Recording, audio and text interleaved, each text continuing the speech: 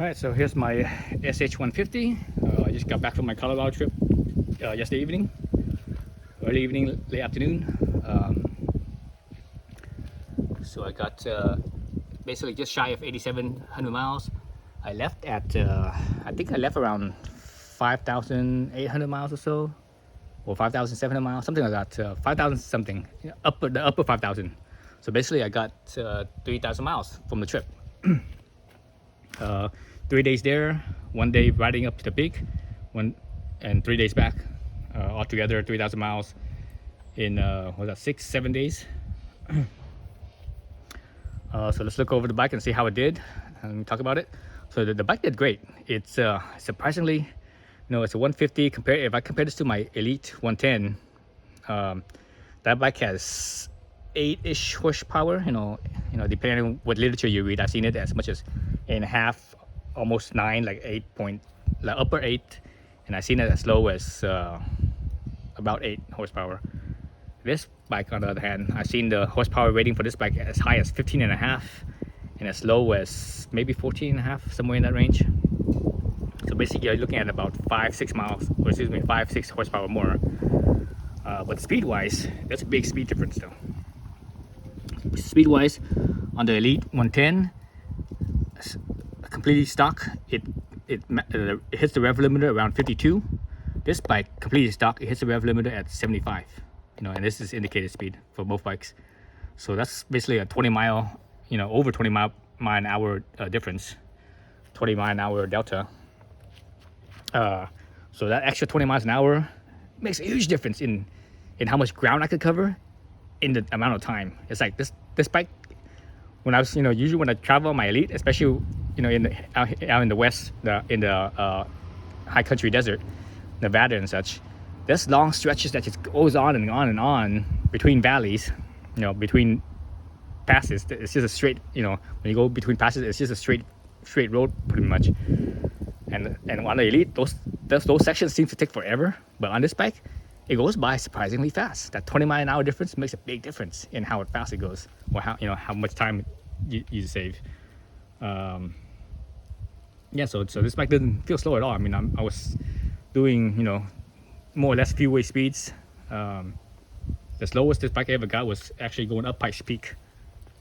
When I was going up Pikes Peak, it got down to, I think it was 29 miles an hour. Let's turn this thing on. Got to 29 miles an hour. 29. And Pikes Peak, it's what is it, 14,200, somewhere around there, or just shy of that. So over 14,000 feet. So that's pretty high. Slowest is 29. But otherwise, besides that, most of the passes I did, I was doing at least 40, if not more than that. Like for example, Eisenhower Pass. Eisenhower Pass is 11,000 feet, right, approximately. And I was doing about 40-ish, maybe 41, around there, up Eisenhower. And other peaks, like the regular passes that are like 7,000 feet, 8,000 feet, I did those around probably 50 miles an hour, I think. Maybe the really steep sections I might have got down to like 45, but no, I did fine. On the Elite, it would have, on Eisenhower Pass, I've done Eisenhower Pass on the Elite, and this thing dropped down to I think like 20 or something like that. It's like 10 miles an hour slower compared to this bike. But the running speed, that's what it's important. On the Elite, the running speed, I could kind of maintain 50 or so, more or less 50. On this bike, I could maintain 65. If it's like kind of a little bit tougher or something, it might be 60. And if it's maybe a light headwind, it may be 60. If it's a light tailwind, it'd be 70. Strong tailwind, I hit the rev limiter. Strong tailwind with this, it would drop me below 60. But on the Elite, more or less 50. If it's a strong headwind, man, that would drop me down to 40 at best. So again, overall speed-wise, traveling speed, moving speed, it's about 20 miles an hour more. So that extra 5-6 horsepower makes a big difference. Other difference besides time, power, speed, and time, is the fit of this bike. So remember that this SH is designed and made in Italy for the European market, mainly for the Italian and Mediterranean area, South Europe, Mediterranean area of Europe for that market. Italy, south of France, Spain, Portugal, Greece, all those areas. So this bike was meant for that. That's why it has the bigger wheels. It's smoother. That's what the SH stands for. In Honda, the acronym SH means super. Is it super handling or superior handling? So that's what that means, and that refers to the big wheels, because big wheels is smoother, more comfortable, more stable. So so superior handling. Ergonomics, again, it's made for the European market, so it's made for taller riders compared to being meant for the Asian market, like my Elite 110 was. So my Elite 110, I'm 5'6", 5'7" on a good day. My inseam is 30 inches. So on my Elite, it felt small. It felt slightly cramped. Not really cramped, but slightly cramped. Especially if it's like really a long day, then it feels really cramped. But around town, it still felt small. On that bike, I felt like instead of being 5'6", 5'7", if I was like 5'4" or a little bit less, I would fit it perfectly. But with this bike, it feels slightly big. Because when I sit on here, my knees is actually not 90 degrees. It's actually bigger than 90. So it's not a acute. It's a what's the other side of acute? Acute, obtuse. So my knee is at an obtuse angle. So it's greater than 90 degrees. Whereas my Elite, it's always an acute angle, always less than 90 degrees, unless I put my heel out. If I put my heel right here and my toes kick out, then that's the only time I could get my knees to be greater than 90 on the Elite. But on this bike, if I just sit regularly, my knees is still greater than 90 degrees. So it's a very relaxed position for my legs.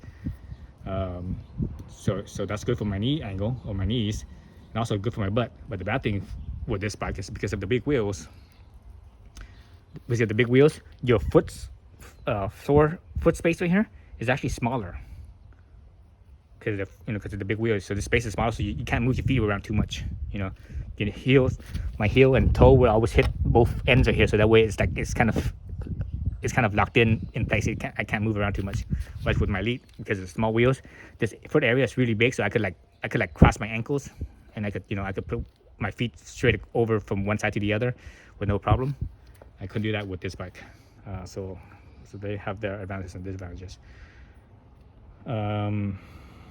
So this is the first time I've ever traveled with the SH150.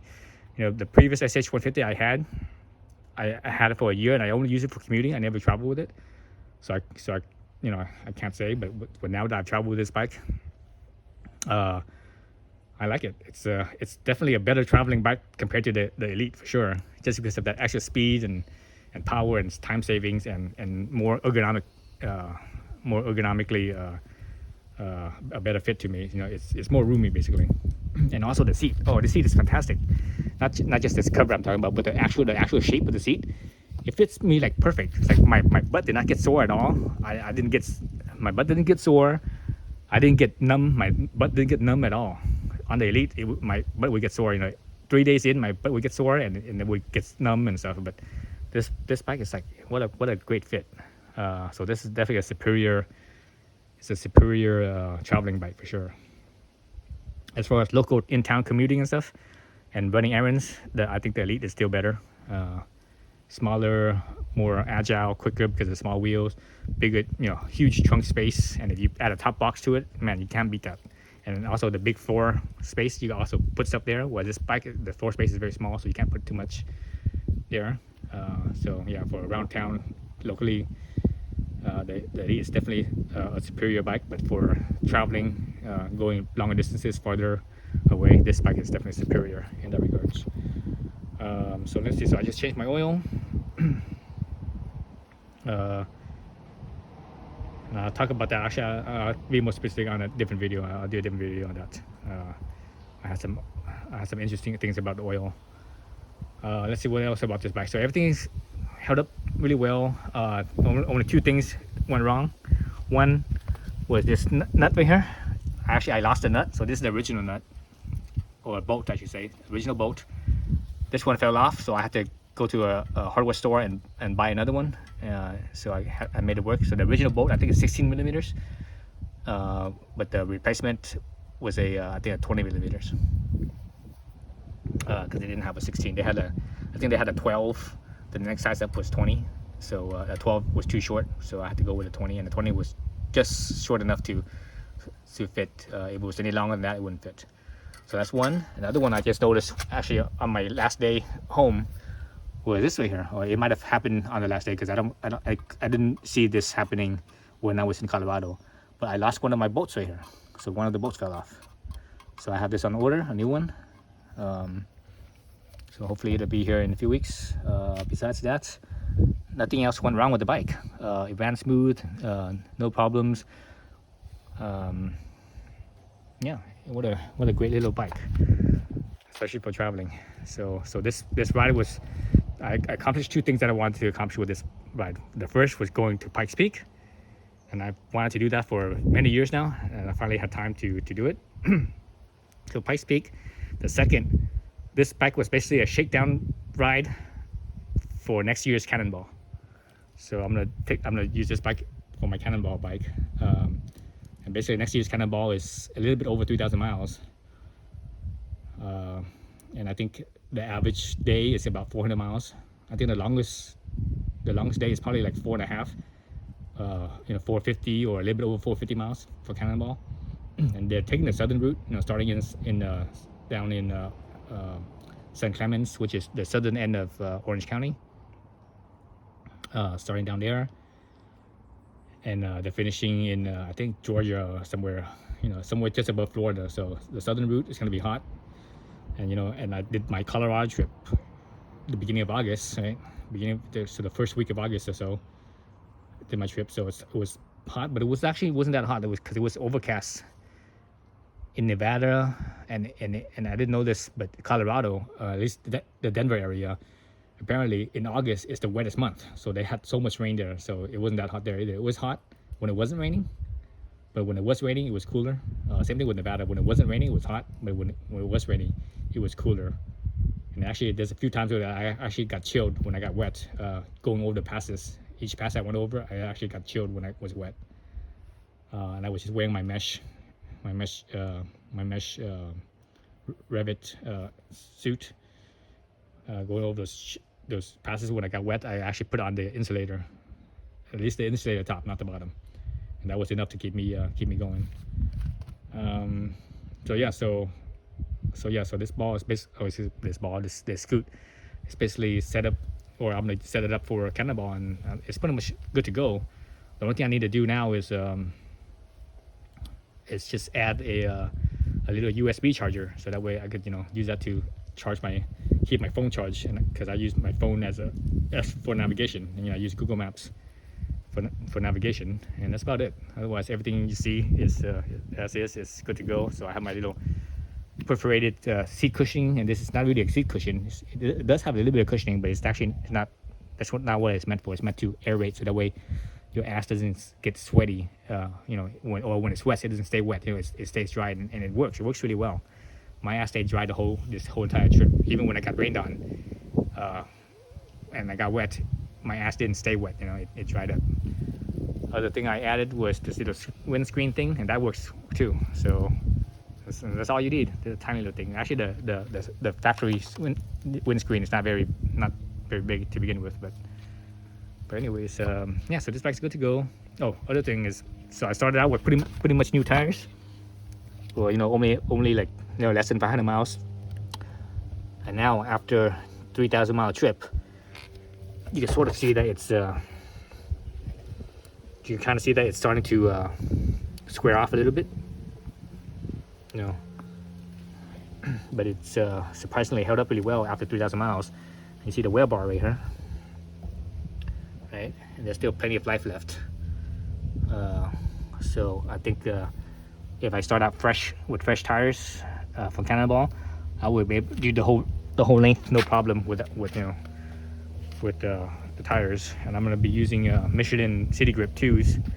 So apparently Michelin City Grip 2s are not just better in wet conditions than the Angels. These are the Pirelli Angels. The City Grip 2s These are Pirelli Angel scooter tires. The Pirelli City Grip 2 are better in wet conditions and also slightly longer longevity. So they last a little bit longer. So I don't need to bring any spares, and I'm not going to bring any spares at all. So yeah, so that was basically my shakedown ride. See how this thing performs in all-day riding, high, wide open throttle all day long. See how it did. Okay, so that's my update and I guess preview of Cannonball. Yeah, all right, thanks for watching.